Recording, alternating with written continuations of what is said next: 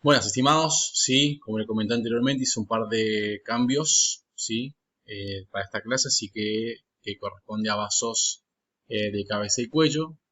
Vamos a hacer lo más claro posible. Bueno, nosotros habíamos hablado ese día, habíamos arrancado la clase, pero no habíamos concluido, sí, es decir, habíamos dejado por la mitad la clase, sí.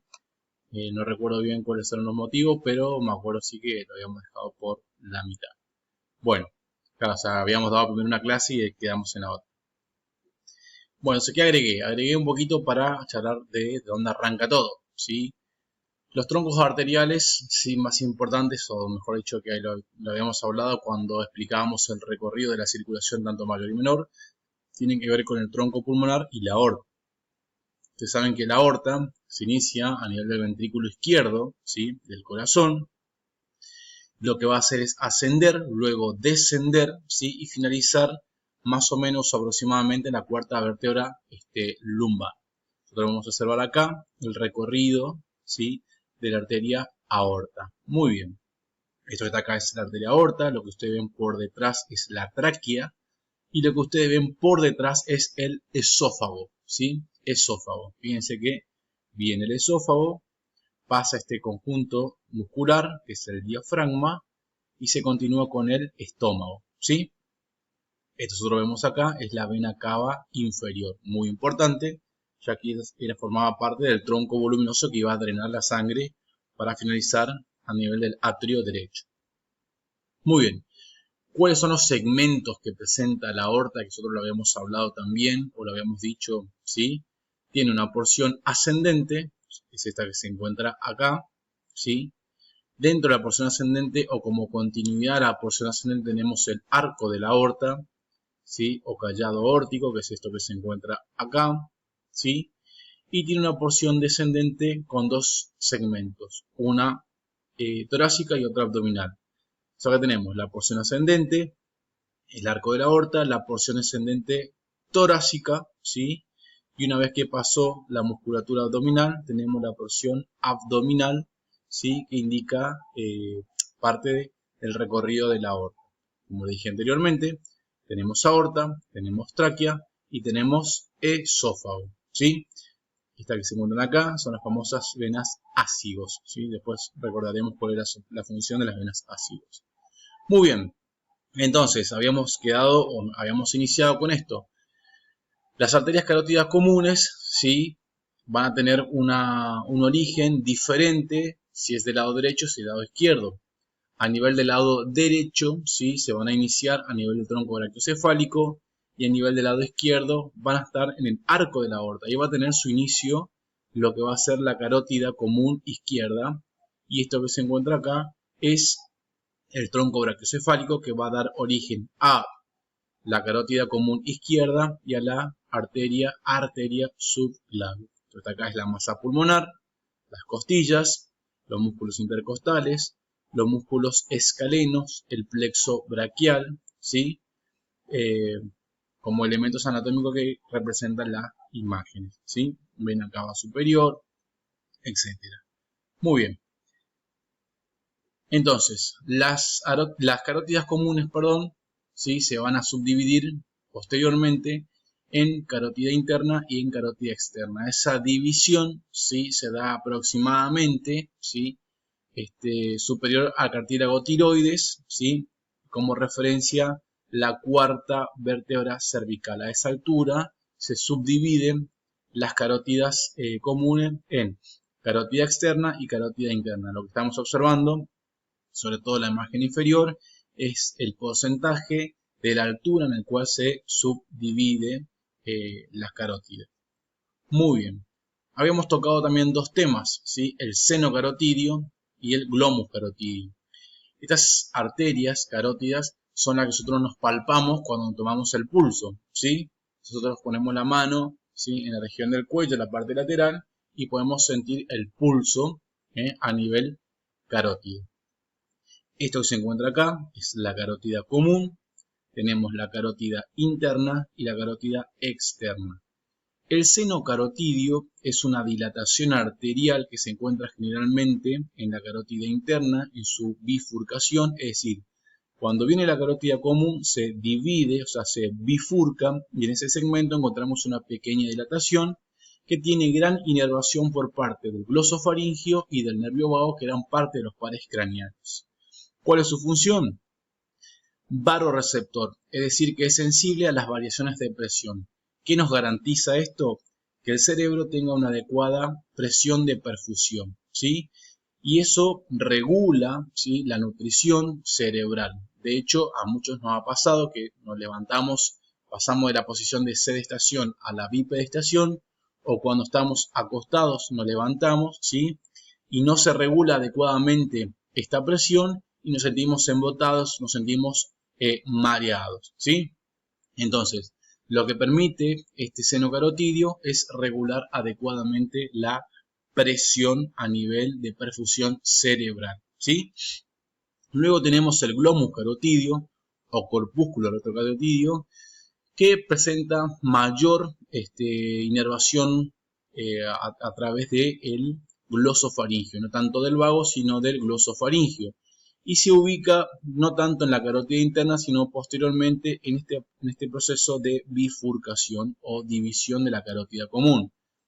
Su función principal es, ¿sí?, la de un baroreceptor químico o la de un quimioreceptor, en el cual lo que hace es identificar los cambios, ¿sí?, gasométricos, específicamente del dióxido de carbono, ¿sí?, y en función de esto, o sea, lo que hace es identificar si el dióxido de carbono sobre todo aumenta, ya que el dióxido de carbono como gas es bastante tóxico debido a que predispone a la formación de ácidos, ¿sí?, y esa acidez altera las funciones estructurales, sobre todo de las proteínas y de las enzimas. Entonces, lo que hace este órgano es identificar las elevaciones o las alteraciones que pueda presentar el dióxido de carbono y poner en mecanismo juegos, ¿sí?, para que nosotros podamos eliminar este dióxido de carbono.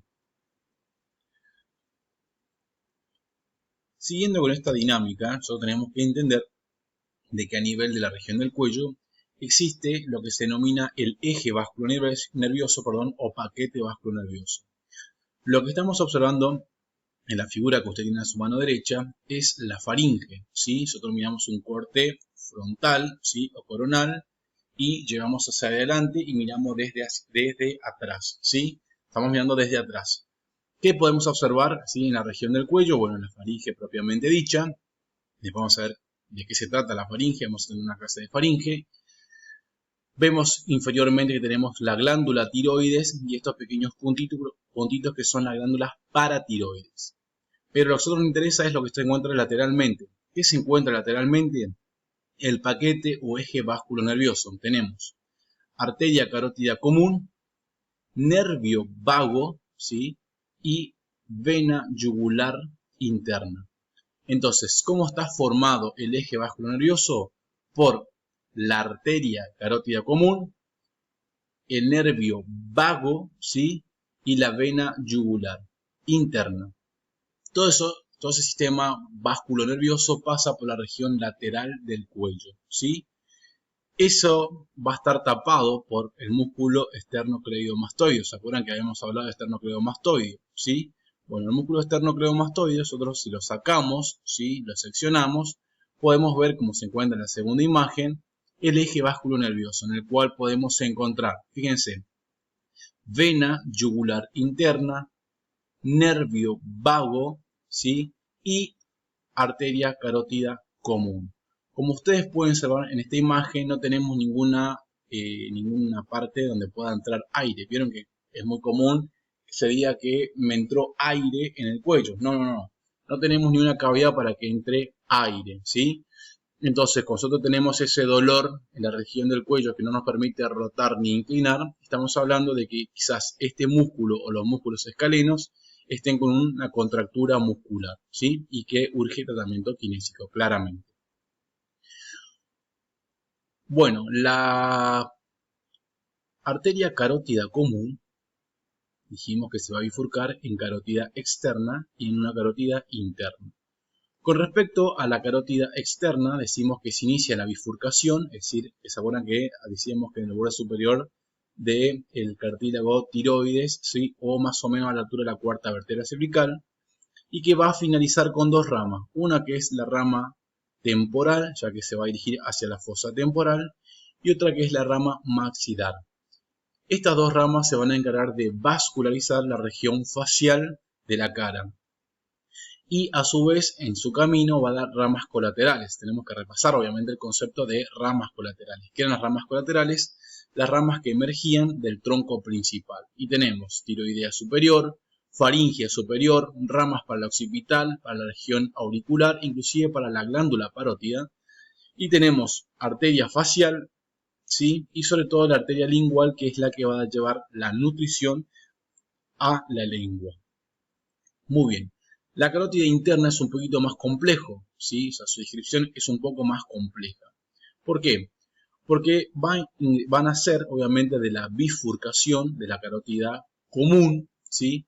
Y se va a dirigir hacia el endocráneo, perdón, por el conducto, este conducto que estoy señalando acá, que se llama conducto carotidio. Esto va a circular por dentro de la parte ósea. Nosotros vamos a ver una imagen ahora respecto a el exocráneo, y ese recorrido que hace la arteria en esa parte ósea se denomina sifón carotídeo. Va a dar ramas colaterales, pero las más importantes son las ramas terminales, que es lo que yo necesito que ustedes sepan, las ramas terminales de la carótida interna, cerebral anterior y comunicante posterior. Son las dos ramas que me interesa que ustedes sepan, ¿sí? Las ramas terminales. Y vamos a ver la importancia que tiene la carótida interna. Retomando, cuando dimos huesos, quizás voy a hacer una grabación también de la clase de huesos, obviamente, porque quedó muchas cosas sin comprender. Vimos que el exocráneo se dividía en tres compartimentos. La base del exocráneo se dividía en tres compartimentos, que era un compartimento anterior o facial, un compartimento medio yugular y un compartimento posterior u occipital a través de dos líneas, bicigomática y bimastoide. Estas líneas obviamente que son imaginarias. Si nosotros observamos, ¿sí? El dibujito que se encuentra a su derecha, podemos ver que, traté de borrar acá para que quede solamente esta referencia, después ustedes lo seguirán. Tenemos el conducto carotidio u orificio carotidio, fíjense que es esto que se encuentra acá. Es por esa zona donde ingresa, ¿sí? La arteria carótida interna, ¿sí? Vamos acá, el conducto carotidio. Muy bien. Y si miramos desde el endocráneo, ¿sí? Es decir, miramos desde adentro del cráneo, vemos que tenemos el conducto también carotidio, así es por donde emergen. El recorrido que pasa dentro del hueso es lo que se denomina, o sea, esto nosotros vemos acá, es lo que se denomina sifón carotidio. Es el recorrido de la arteria carótida interna por el espesor de la parte ósea. Acá vemos el endocráneo nuevamente, la región anterior, la región media y la región posterior, ¿sí? Esto que están acá son los pares craneales y vemos como acá emerge, ¿sí? La arteria carótida. Fíjense, acá tenemos de vuelta arteria carótida que va a dar obviamente su rama oftálmica, ¿sí? Que da su rama colateral, Esta parte de la carótida que va a pasar por el espesor óseo se denomina sifón carotidio. Bien. Vamos a ver también otra arteria, que es la arteria subclavia, que como dijimos, de la misma manera que las arterias carótidas, va a ser diferente a la derecha que a la izquierda, ¿sí? A la derecha por el tronco cefálico y a la izquierda por la arteria, por el arco de la aorta, perdón, su inicio. Bien, en la mitad de la clavícula se va a continuar como arteria axilar, ¿sí?